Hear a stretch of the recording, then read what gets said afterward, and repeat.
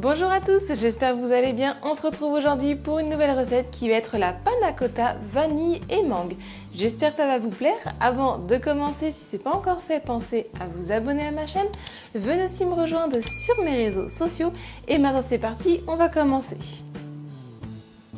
Il faudra 30 centilitres de lait, 40 g de crème liquide entière, 15 g de sucre, une gousse de vanille ou de l'arôme, une feuille plus une moitié de gélatine ou de l'agar-agar, 250 g de mangue, 20 g de sucre ou de sucre vanillé et une cuillère à soupe de jus de citron.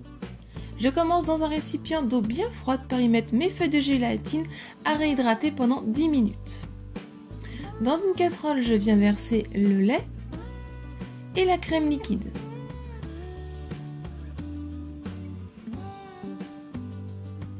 J'y mets mon sucre en poudre et les graines, la gousse de vanille ou de l'arôme de vanille. Je mélange un petit peu avec un fouet et je porte à ébullition. Dès que l'ébullition apparaît, on retire du feu, on attend 5 minutes que ça refroidisse un peu. Puis on va venir prendre nos feuilles de gélatine qu'on essore bien. Et on va pouvoir la mettre dans la casserole qui est encore un peu chaude et on va mélanger avec le fouet pour que ça fonde. Ensuite, j'ai pris une petite verrine et j'ai mis mes grandes verrines par-dessus que j'ai penchées pour que ça puisse faire après l'effet qui est penché. Et je viens verser donc mon mélange de vanille au-dessus. Donc je verse jusqu'à peu près au rebord de ma verrine.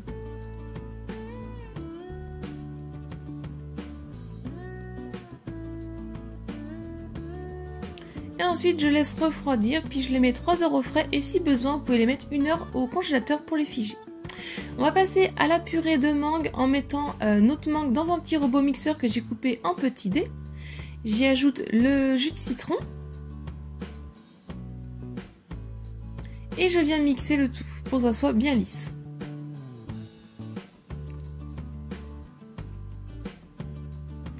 Ensuite, j'y ajoute mon sucre en poudre. Et je viens le remixer. Donc n'hésitez pas à goûter pour voir au niveau du goût de la mangue si c'est bon. Donc une fois que ça a le bon goût, vous pouvez arrêter. Donc vous pouvez en rajouter si c'est pas suffisant en sucre. Et ensuite je referme, je filme et je mets au frais.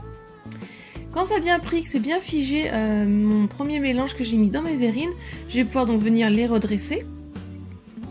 Et je vais venir verser donc ma purée de mangue par-dessus.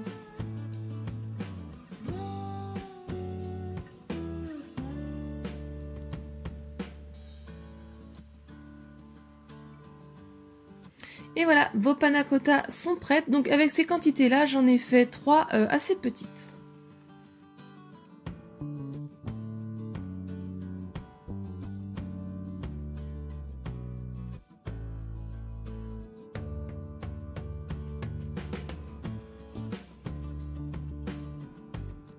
La recette est terminée, j'espère qu'elle vous a plu. Si c'est le cas, mettez un j'aime, laissez-moi un commentaire pour me dire ce que vous en avez pensé.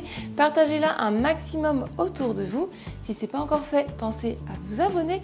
Venez aussi me rejoindre sur mes réseaux sociaux. Si vous voyez cette recette ou une autre, je serais ravie de voir le résultat que vous me partagerez en photo. Si vous voulez voir d'autres recettes, je vous laisse cliquer sur le côté. Et moi, je vous dis à très vite. Bye!